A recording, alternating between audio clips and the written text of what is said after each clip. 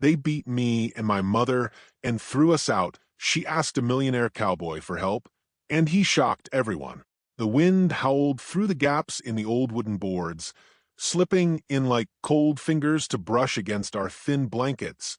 I hugged my knees to my chest, shivering as the lantern swung on its hook, casting shadows that danced like ghosts across the walls of our tiny home. Outside, the town was quiet, save for the distant rattle of a wagon over cobblestones and the faint laughter spilling from the saloon at the end of the street. It was a laughter that had nothing to do with us, nothing to do with the bruises blossoming on my mother's arms or the cuts running down her hands. Mama had worked herself to the bone that day, stitching shirts and mending dresses for the wealthier folk in town, only to come home to the cruel glare of Uncle Jasper and his sons. They were drunk, stumbling in through the doorway, boots thudding hard against the wooden floorboards, and they wanted more than just words at night. "You think you're better than us, woman?" Jasper sneered, eyes bloodshot, fists clenched. The boys circled her like vultures, laughing when she flinched. My heart pounded so hard I thought it would burst, but there was nothing I could do. I was just 9, and my small fists felt useless against their towering frames. I watched in terror as my mother tried to hold herself tall, tried to speak calmly, tried to reason with them. "Please," she said softly, her voice trembling like the candle flame. "We've done nothing to you. Take your anger elsewhere." But they only laughed harder.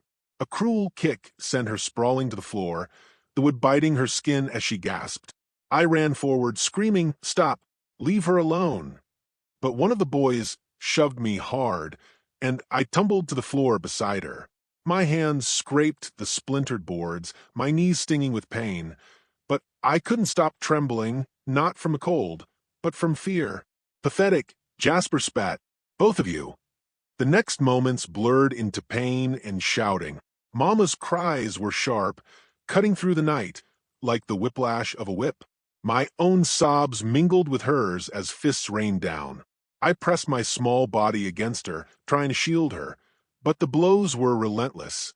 A lantern tipped over, spilling oil across the floor. The smell of burning wood and smoke stung my nose. In the chaos, I could barely breathe, could barely think, could only hold on to her and hope the world would stop being cruel.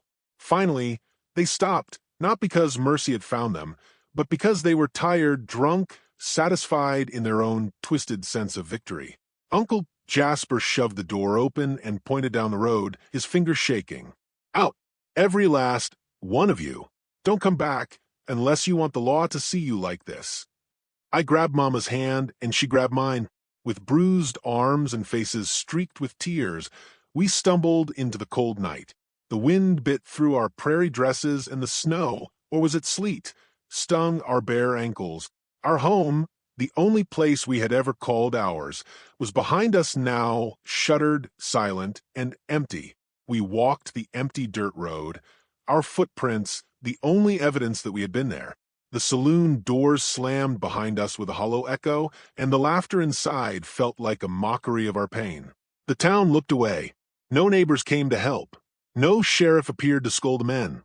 We were invisible to them, like shadows flitting through a world that refused to see us. Mama sank to her knees on the frozen ground, cradling her arms to her chest, and I fell beside her. My own body shook, not just from a cold, but from helplessness. "Mama," I whispered, my small voice breaking, Where will we go?" She pressed her lips to my hair, and I could feel her tears soaking my scalp. "We'll find somewhere safe, darling. I promise." Her voice was soft, almost fragile, but there was a steel in it I had never heard before. "We'll find help." I glanced up at the horizon where the first hints of dawn bled pale gold into the sky. In the distance, past the dust and the town, lay the grandest ranch in the county, owned by a man the whole town whispered about, the Millionaire Cowboy. They said he was cold, cruel even, that he never helped anyone, not even his neighbors.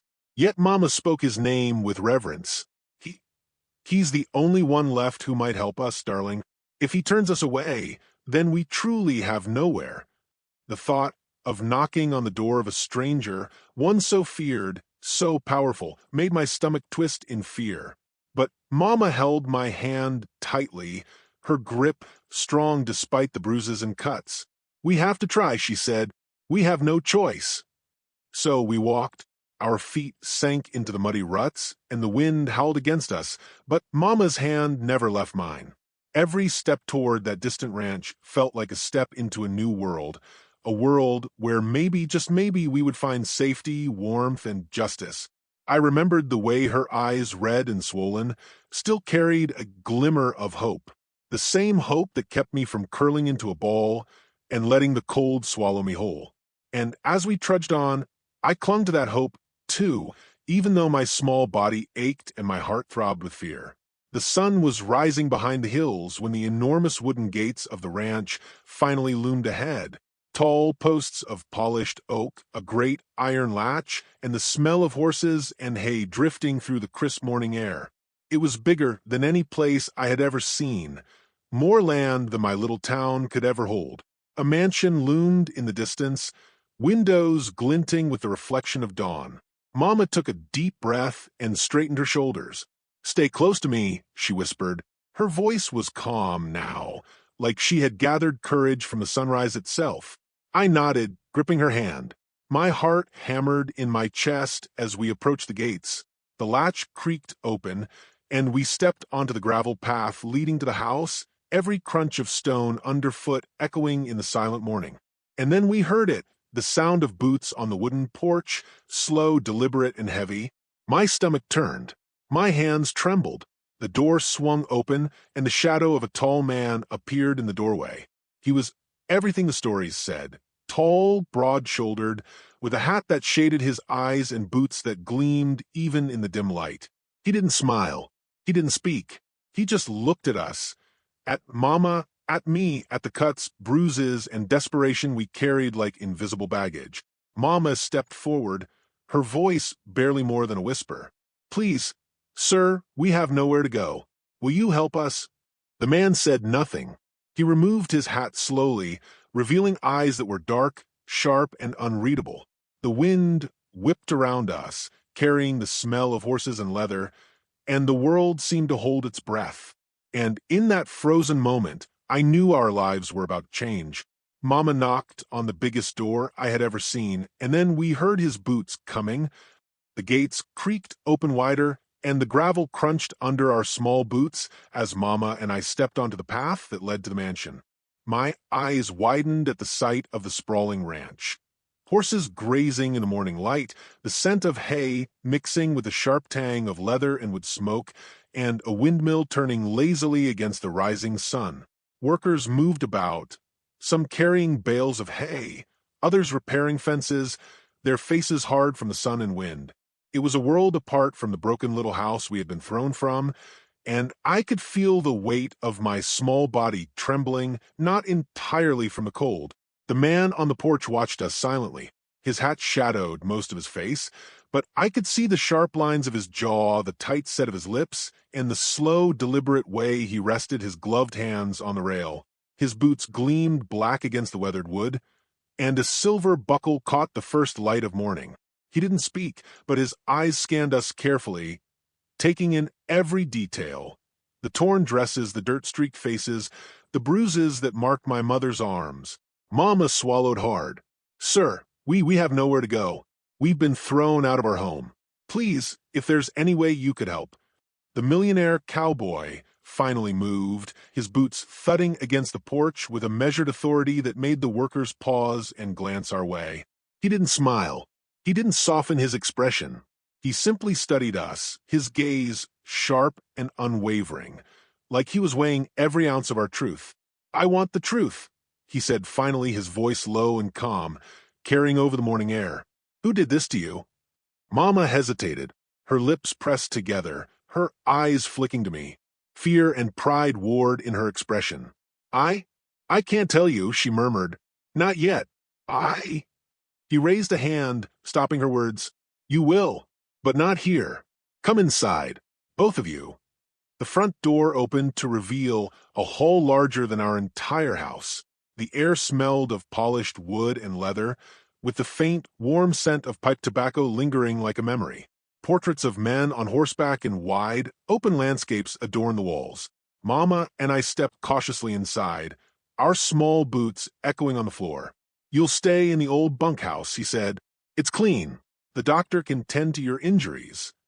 His voice was steady, almost indifferent, but beneath it lay an unmistakable undercurrent of authority. We glanced at each other. A clean room? A doctor? The words felt like a dream. He motioned for us to follow, and we passed workers who shot us curious, whispering glances. None spoke aloud. Everyone on this ranch seemed to respect or fear him in equal measure. Outside, the wind carried the smell of fresh-cut grass and horse sweat, and I felt dizzy, caught between awe and terror. Mama spoke first when the door to the bunkhouse closed behind us. We can't stay here. He's too powerful, too." "Quiet," I whispered, shivering. He's helping us." Mama bit her lip and nodded. Her eyes were wide, scanning the small room that would be our refuge for now. A cot, a blanket, a small wash basin. Simple, but far better than anything we had known. Then the cowboy left, but he didn't leave entirely. I could hear his boots on the porch again, slow and deliberate. A moment later, he returned with a pair of new boots for me. Small, soft leather, polished enough to glint in the early sun, and a warm coat. He laid them down gently. "You'll need these," he said, his tone clipped, almost dismissive, as though they were nothing. But to me, they were everything. Mama knelt beside me, helping me into the boots. They're beautiful," I whispered. "They're not for beauty," the cowboy's voice cut from the doorway, calm but firm. "They're for keeping you alive in a world that doesn't care." His words stung, but they rang with truth. My small fingers clutched the coat tightly, and I realized that for the first time in my life, someone had thought of me, not as a burden, not as a nuisance, but as a child who deserved warmth. Later, Mama worked in the kitchen while I explored the ranch under the careful supervision of the ranch hands. Horses snorted, water buckets tipped, and the wind whistled through the barns. Every so often I would catch a glimpse of him, the cowboy, watching silently from a distance. There was something in his gaze that made me uneasy, but not in fear, more like the quiet weight of someone who had seen too much. That evening, he finally spoke to my mother alone after the chores were done. He removed his glove slowly, revealing a scar that ran along his forearm. Mama's eyes widened, and her hands trembled slightly. "Your husband's name?" he asked, his voice quieter now. Mama's hand flew to her mouth. She paled. I don't understand," she stammered. "I knew him," he said, voice low and controlled, almost haunted. "Long ago. I thought his eyes darkened. I thought I had lost track of him. But now I see what has happened, and I will not let it stand." Mama's hands shook as she nodded, fear mingling with the first flicker of hope I had seen in days. That night, as I lay under the warm blankets in the bunkhouse, I stared at the window, listening to the wind in the trees and the distant sounds of the ranch at night. Something had shifted. We were no longer invisible, no longer entirely alone. And yet, the air hummed with secrets, promises, and dangers I could not yet name. The millionaire cowboy, tall, unyielding, and mysterious, was now a presence in our lives. He hadn't promised kindness. He hadn't promised safety. But he had promised something else. Something I didn't yet understand, that the world could still change, that justice could be more than a dream. And for the first time, I allowed myself to hope. The cowboy removed his glove, revealing a long scar along his arm. "Your husband's name?" he asked. Mama's face went pale, and I realized we were no longer just seeking help. We were stepping into a story that had begun long before us, one that could change everything. The morning sun burned pale, gold across the ranch, catching the dust motes that danced in the wide, open halls. I watched the millionaire cowboy from the corner of my eye as he moved silently through the stables, his hands brushing the backs of the horses, his eyes dark and unreadable. He was quiet, always quiet, but there was a weight in the way he walked, an authority that seemed to bend the world itself to his will. Mama had returned to sewing, her hands steady but her mind restless. She avoided my gaze as if the thought of the past, the men who had beaten her and me, was too heavy to carry in daylight. Yet the cowboy never left her alone. There were quiet glances, moments when his dark eyes lingered on her like he was reading her very soul. And then one evening he called her to the study, the room smelling of polished oak leather and smoke from his pipe. "I knew your husband," he said, placing a hand on a stack of letters and old papers that had once belonged to the man. "Long ago. He saved my life on the plains. He was my closest friend." Mama froze.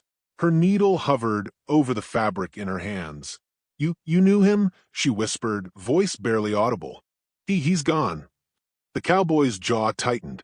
"Gone? Not entirely. But what happened to you, to both of you, it cannot stand." He leaned back, his shadow stretching long across the floor. "The men who hurt you, those who threw you into the cold, will answer for what they did. Law or no law, justice will come." I listened from the doorway, clutching the edge of the wooden frame.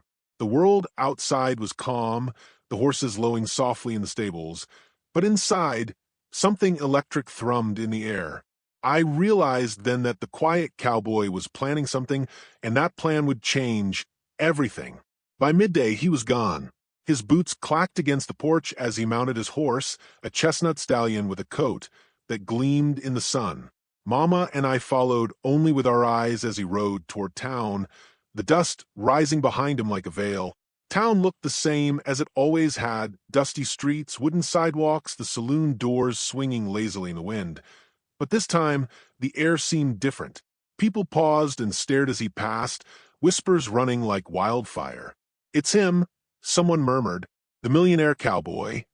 Inside the saloon, the men who had beaten Mama and me were laughing, drinking, and gambling. They hadn't expected anyone to confront them, especially not him. The cowboy entered as quietly as a shadow. His boots thudded against the floor, stopping the laughter mid-sentence. "Jasper," he said calmly, his voice carrying across the room, "you've made mistakes." The men froze. Recognition flashed in their eyes, quickly replaced by fear. This was not a man who could be bargained with. This was a man who had seen the worst of the world and carried its weight in his gaze. "What do you want, cowboy?" Jasper sneered, though his voice faltered. "I want what is owed," the cowboy said, pulling from his coat a stack of papers. They were deeds, contracts, and ledgers, the kind of legal proof that made the powerful tremble. "You owe me money. You've cheated, lied, and now you've hurt the innocent. Justice has a cost. Today you pay it." The men protested, but the sheriff, who had been quietly observing from the doorway, stepped forward. The cowboy laid the papers on the counter. Each name, each transaction, each debt was documented. The men could not argue. Their land, their saloon, even their small homes were at risk of being claimed for what they had done. But the cowboy did not stop there. He leaned closer to Jasper, voice low and menacing. "You threw a mother and her child into the cold. You thought no one would notice. You were wrong. I promised them safety, and I intend to keep it. You will answer for your cruelty, not with death, but with the life you so carelessly ruined." Fear rippled through the room. The men realized that the law was not their only reckoning. This cowboy wielded something sharper than any gun: strategy, knowledge, and the unyielding power of someone who had seen injustice and would not tolerate it. When it was over, the sheriff escorted Jasper and his sons out of the town under watch, their property legally seized. The saloon closed, and the town learned for the first time what had truly happened to the mother and child. Whispers of sympathy followed us back to the ranch, though no one dared approach too closely. The cowboy had done what the law could not, and everyone knew it. Mama and I returned to the ranch that evening. I ran ahead, my small legs carrying me to the bunkhouse where the warmth of blankets and the smell of fresh bread awaited. The cowboy followed more slowly, his hat low, his expression unreadable. He stopped at the door, turning to Mama. "You are safe now. They cannot touch you again. Not ever." Mama's voice was barely a whisper. "Thank you. I don't know how to repay you." "You do not repay me," he said, voice softening just slightly. "This is not charity. It is a promise." For the first time, I saw the faintest glimmer of a smile on his lips. It was small, almost imperceptible, but it reached his eyes, warming the shadow there. That night, I lay in bed, thinking of the town, the men, and the fear that had followed us like a storm cloud. And yet, despite the terror, I felt something I had never felt before: safety. The world could be cruel, yes, but there were people who wielded power with honor. And somehow, the quiet, imposing cowboy had become one of those people. Mama tucked me in, her fingers brushing over my hair. "We'll heal," she whispered. "We'll survive. And one day, we'll forget this night, except as a memory that made us stronger." I nodded, hugging my blanket tight. But even as I drifted to sleep, I knew one truth. The story of our suffering had not ended in that dark, cold night when we were thrown out. It had taken root, grown, and blossomed into something stronger: justice, protection, and the promise of a new life. And somewhere in the quiet of the ranch, I sensed the cowboy watching us. Always watching, always ready, not as a savior, but as a guardian, a man who understood the cost of cruelty and the value of keeping promises. "You are safe now," he said quietly to Mama.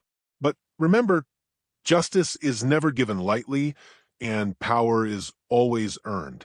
Tomorrow we begin a new life, and the world will finally see the truth." The sun rose slowly over the sprawling ranch, painting the land in warm golds and soft ambers.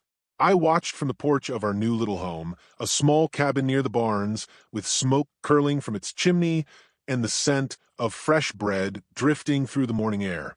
The world felt different now, safer, kinder, in ways I had thought impossible just weeks ago. Mama hummed softly in the kitchen, her hands steady as she kneaded dough for breakfast. Her face, once lined with worry and bruises, now carried the quiet strength of survival. She moved with purpose, not fear, and I could see the pride in her eyes when she caught me watching. "Good morning, little one," she said, placing a warm loaf on the table. Her smile was soft, but it carried the weight of everything we had endured and survived. I smiled back, the heaviness in my chest lifting just a little. I had learned that life could be cruel, but it could also be gentle if only you found the right people to stand beside you. And here on this vast land, we had found exactly that. The cowboy, our guardian, our unexpected protector, approached from the stables. His tall frame cast a long shadow on the porch, and his hat tilted just enough to hide his eyes from the morning sun. But I knew he was watching, always watching, keeping a careful distance, yet never too far. "Ready for a ride?" he asked, voice low, steady. There was no trace of the harshness he had shown in town, only the quiet patience of a man who had seen much and expected even more.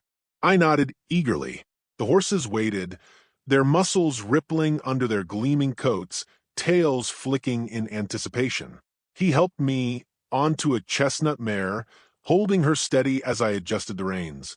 My heart raced with excitement and a little fear, but with him at my side, that fear seemed to fade. We rode through the sprawling fields, the wind in my hair and the sun warm in my face. The world was vast here, open and unending, unlike the cramped, beaten-down rooms we had left behind. I felt freedom in every step of the horse, a joy I hadn't known since before the night of the beating. Mama followed on foot, gathering herbs from the edge of the pasture, tending to the small garden we had planted behind the cabin. She laughed, a clear, ringing sound as a rooster crowed nearby, and for the first time in months, that laughter didn't carry the shadow of fear. Later, after chores and lessons, I sat by the window with a book. The cowboy entered quietly, placing a small stack of volumes beside me. "These are for you," he said, simply. "Learn, read. Don't let the world forget you." I looked up surprised. Why are you helping me?" He paused, leaning against the doorway. His eyes, dark and calm, seemed to look straight into my soul.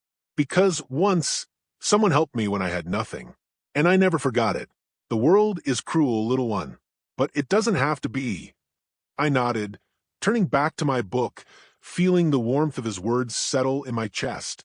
It wasn't just the boots, the coat, the bunkhouse, or even the safety he had provided. It was this, the sense that someone believed in us, that someone had taken the weight of our suffering and shouldered it silently like a shield against the world. Days turned into weeks. Mama grew stronger, her hands steady as she mended clothes for the ranch workers, baked bread, and tended the garden. The bruises faded, replaced by a quiet resilience that radiated from her. I went to school for the first time, my small hands gripping books and chalk with a sense of pride. I learned to ride, to care for the animals, and even to manage small tasks around the ranch. Each day, the ranch became less like a strange, intimidating place and more like home. The cowboy was always there in small ways. He didn't crowd us, didn't impose himself, but he watched. He corrected my riding stance, advised Mama on keeping accounts for the household, and even taught me a little about reading maps and tracking animals. His presence was steady, like the mountains on the horizon, unchanging, reliable, and somehow comforting. One evening, as the sun dipped low and painted the sky in streaks of rose and violet, I asked the question that had been in my mind for weeks. Why? Why did you help us? He paused, tipping his hat back, to reveal his eyes catching the last rays of sunlight. Because you deserved it, he said simply. And because someone once did the same for me. I never forgot that lesson. The world is full of cruelty, yes, but it is also full of those who honor their promises. I thought of the men who had beaten us, the night of terror, the cold road, and the despair. And I realized something. Our lives hadn't just been saved, they had been transformed. The world outside might still be harsh, but here, in this place, we had found something stronger than fear. Hope, justice, and the quiet power of love. Mama looked at him then, her eyes meeting his. There was gratitude there. Yes, but also something deeper. A connection that had roots in the past, in moments long before either of us could understand. He had loved her once, years ago, before life had torn them apart. He had never married, never let the world take away his sense of honor. And now, in the quiet of the ranch, that bond flickered to life again, unspoken yet palpable. Night fell, and the ranch settled into silence. The horses huddled in their stalls, the wind whispered through the trees, and the stars emerged, blinking softly above the prairie. I lay in bed, listening to the familiar sounds of the ranch, feeling safe in a way I never had before. Mama sat by the window, sewing by the light of an oil lamp. The cowboy stood outside, leaning against the rail, watching the horizon. For a moment, the world seemed to hold its breath. No shadows of cruelty, no echoes of pain, just the quiet rhythm of life on the prairie, healing steady and beautiful. I closed my eyes, feeling the warmth of the blankets and the gentle protection of those who loved us. My small hand clutched the edge of the sheet, and I whispered to the night we were thrown out, I thought we lost everything. But that was the night our life finally began. Outside, the cowboy adjusted his hat and looked toward the rising moon. He had kept his promise. He had given justice, safety, and a new beginning. And in that quiet, vast world, we had found something we had never dared hope for, a true home. The night we were thrown out, I thought we lost everything. But that was the night our life finally began.